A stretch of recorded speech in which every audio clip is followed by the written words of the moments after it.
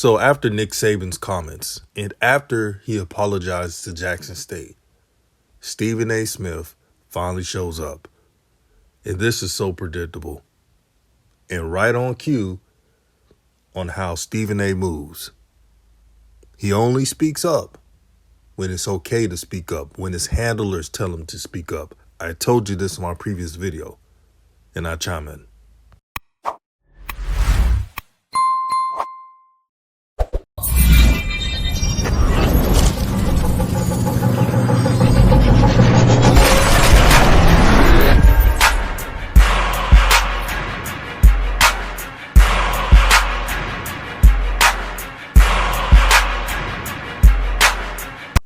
What's good, everyone? This is RawTruth Media giving you the raw content that you deservedly need. Peace and blessings, peace and love to everyone that's listening. Make sure to like and share this video throughout all social media platforms. It's all love over here. Now, Stephen A., I see what you did, man. You waited for the smoke to lessen. You waited for Nick Saban to apologize, for you to have a response on this certain subject. That subject is Nick Saban's comments about how Texas A&M and Jackson State were illegally recruiting players, which was a false report on Jackson State's end because you couldn't even find anything that was true. You can't even look at articles that points out Jackson State paying players $1 million. Where they're going to get $1 million from? But let me digress. Stephen A. Smith is what he is. What did I tell you? He only speaks on certain subjects if his handlers tell him to. Not when he wants to. And it's really sad because he's a multi-million-dollar man. And you would think that he would have some type of power. But I couldn't be a Stephen A. Smith. I'll tell you why. Because after my first contract, if I make enough dough, I'm getting me my own podcast. And I'm doing things my way. That's what I would do. But some people are not built like that. A wise person once told me years ago, money varies in the position you have, meaning if you're a millionaire but getting bossed around, you don't have power. But if you make $200,000 a year and you have your own things, you have real power. It's a difference with it. So here's Stephen A. Smith finally responding to Nick Saban's comments. And this was a late response at that, but here you go. Well, I think he has a point, but let me say this. He was wrong to call out Jimbo Fisher and Deion Sanders at Jackson State. He's wrong to do that. He should never have done that. And he needed to apologize. And I totally agree with Primetime in terms of if you're going to say something publicly, then, make the call and apologize or do whatever you're going to do publicly as opposed to calling them for a one-on-one conversation after you threw their names out there for public consumption. So I think Nick Saban was wrong about that. But I think there's a bigger picture here that people are ignoring. And I don't know whether this is right or not, which is why I wanted JJ and Dan in on this subject here. I have no clue. I haven't really looked into this at all. You got name, image, and likeness. Clearly, I have felt over the years that players were getting screwed over, and there needed to be some level of compensation that was thrown in the direction of college athletes because college programs were getting over, by a mile in terms of that, and I thought that needed to be addressed. However, when you listen to college coaches talk about this subject now, what they're telling me, guys, is this. You have agents involved since they're now allowed to have agents.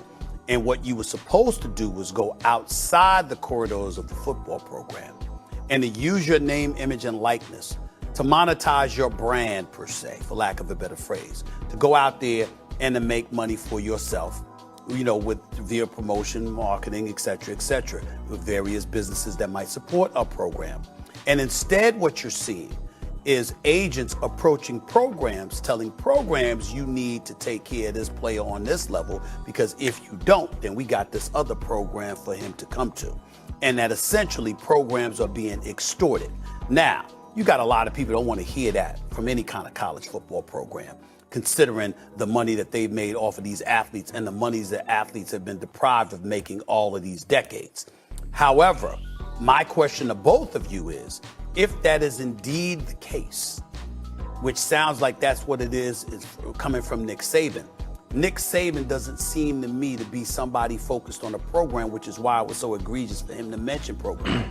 It seemed to me like he has a problem with the NIL issue and how it's compromised college programs.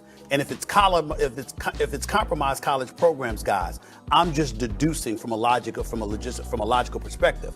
I'm just deducing that I love me some Nick Saban. Ain't no question about that. I've spoken to him on several occasions over the years. I gave a speech to his football program on at least 2 occasions. I revere the man, but I'm incredibly fond of Jimbo Fisher as well. And this man can coach too. And Texas A&M is a fabulous university because I've spoken there as well. It's a sensational university. Make no mistake about it. With deep pockets, they coming. Okay, Jimbo Fisher, somebody gonna get it right. I'm telling you, they're special. Nick Saban made a huge mistake naming their names. Yes, Jimbo he did. Fisher is a coach that coached under you. You had no business doing that. And you don't really want to get into an argument with primetime Deion Sanders. I mean, good luck with that one. Good luck with that. So, I mean, Nick Saban really made a mistake. Here's what I think you're missing. I think as he reflects on it, he knows he made a mistake by mentioning those 2 programs, those 2 names. Yeah. But I think also mission accomplished. Marcus Spears, Nick Saban's issue is not those programs. His issue is NIL and name, image, likeness. So when you listen to what Stephen A. had to say, you can tell he's being very cautious, doesn't want to make everybody mad, his MO. Even though he said that Nick Saban was wrong, he also implied that he was trying to make a good point. What Nick Saban said wasn't a good point, Stephen A. Smith. And I know this is your favorite coach, and like you say, you admire him. So much so, if you look at the video, the face that Stephen A. made was just blushing talking about Nick Saban. Which is odd that any human being should worship another man, but that's another topic for a different day. But right on cue, this is what Stephen A. Smith does. And again, I can't take this man seriously. So when it's HBCU week and he want to wear all the Winston-Salem State gear, all the North Carolina A&T gear and so forth, I can't take him seriously because he only wants to show up when it's safe. And by listening to the whole segment, I can tell that the First Take, the ESPN interns, were looking all through the web because those talking points, I've heard those these past couple of days. Every single thing that Stephen A. talked about, I've heard it verbatim, and I'm not surprised. But Coach Prime is supposed to be your boy, Stephen A. And on the first day, you didn't say anything. You didn't even tweet your support because you didn't want to make your idol, Nick Saban, disappointed. Now, you're not going to say it, but I know that's to be true because I know how you roll.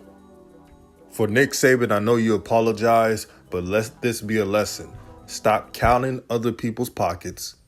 Stop counting the athletes' pockets, because it was never a problem when the NCAA was taking money away from kids, generated all that dough due to the hard work, sweat, and tears from these athletes. The athletes made the NCAA rich.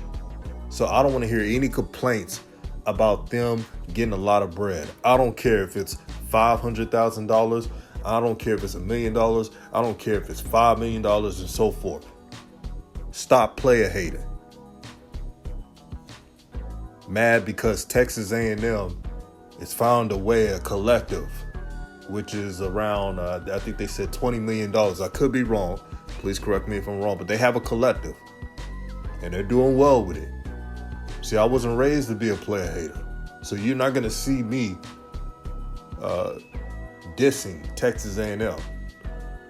And as for Jackson State, I know Stephen A. pointed out this is about NIL, but both things can be true. See, when Nick Saban wants someone and he can't get it, you see his true emotions. And he's not mad because the FBS took his favorite player. He's mad that he went to HBCU. I don't care what anyone says. Because if Travis Hunter went to Florida State, would this be a major comment? No, I doubt it. It would have been just Texas A&M. But since Travis Hunter Jr. took a chance and decided to make history by joining the HBCU, all of a sudden it's a problem.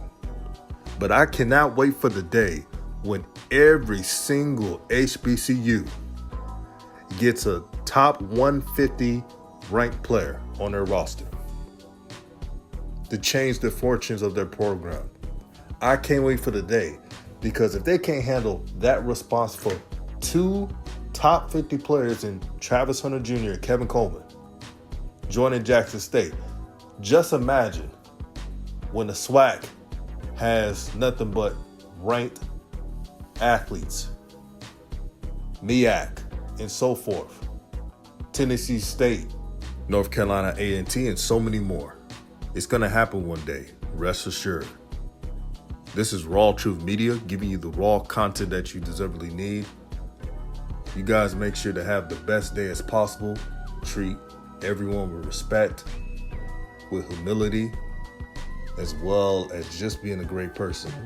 Just because the world may be dim at times doesn't mean we got to be just like it. So everyone have a great day and stay blessed.